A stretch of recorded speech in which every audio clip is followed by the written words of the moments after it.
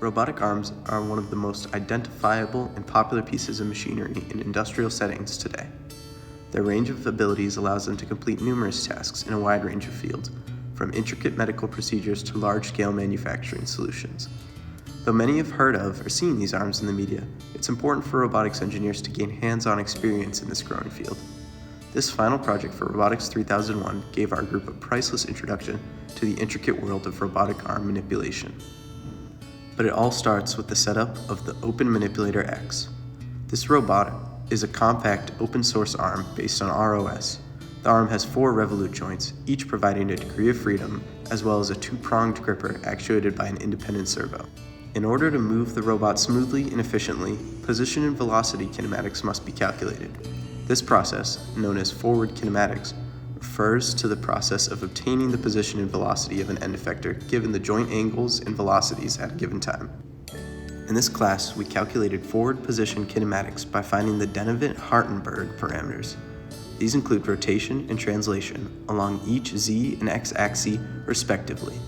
By creating and multiplying homogeneous transformation matrices using these parameters, we create a matrix with the final x, y, and z position that the robot can travel to. To help visualize movements, our group created a stick model using MATLAB's plot functions to track the robot's position as it moved through given positions.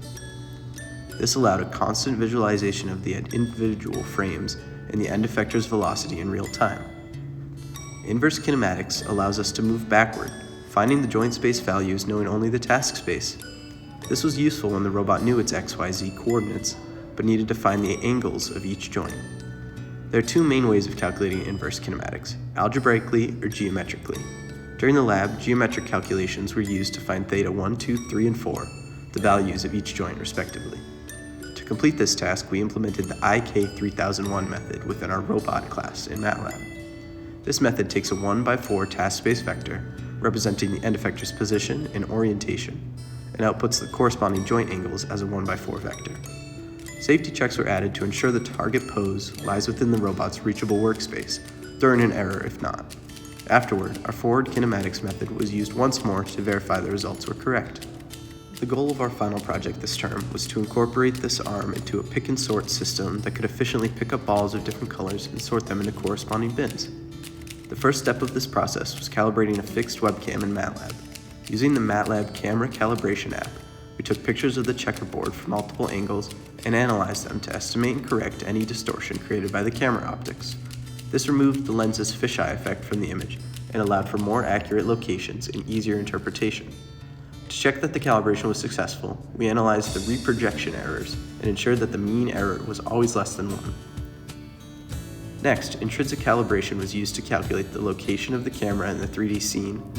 Functions like getCameraPose and points2world are used to transform values from the camera's image frame to the robot's base frame, and to map pixel coordinates into real-world coordinates.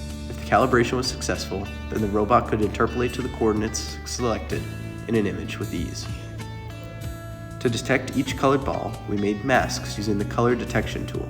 We selected HSV calculation instead of RGB, as it takes into account saturation and value, which is much more effective at isolating unique hues regardless of lighting or shade. The image is then converted to a binary format where only the color of interest remains white, while everything else is blacked out. The centroid of the ball left over is calculated by finding the largest group of white left in the image. The center has to be adjusted to take into account that the ball is a 3D object on the plane. The exact position of the ball is determined by subtracting its radius, 12.5 millimeters, from the coordinates relative to the robot's base. These coordinates are then published and developed using the points2world function. Next, the inverse kinematics method, introduced earlier in the video, is applied to convert the coordinates into joint angles. When selecting the final movement technique, the goal is to strike the right balance between smooth motion and precise positioning across all element locations. Initial tests with Interpolate JP worked relatively well and were easy to implement using the IK method.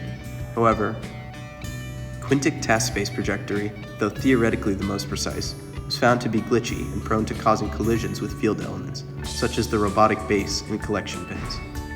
Ultimately, quintic joist space trajectory proved to be the most successful. It allowed for smooth, fast movements while maintaining precise object placement. The angular motions provided by joint space movements were especially helpful in avoiding collisions with the robot's base. Additionally, we expanded our robot's function to pick up different sized items other than the given elements, and to rapidly interpolate to a constantly changing value, allowing for the robot to quickly track and hover over a moving ball. Throughout the entire process described thus far, we used Git for version control to maximize our group involvement in a collaborative environment and to improve our software developing skills and coding practices. Thank you for watching.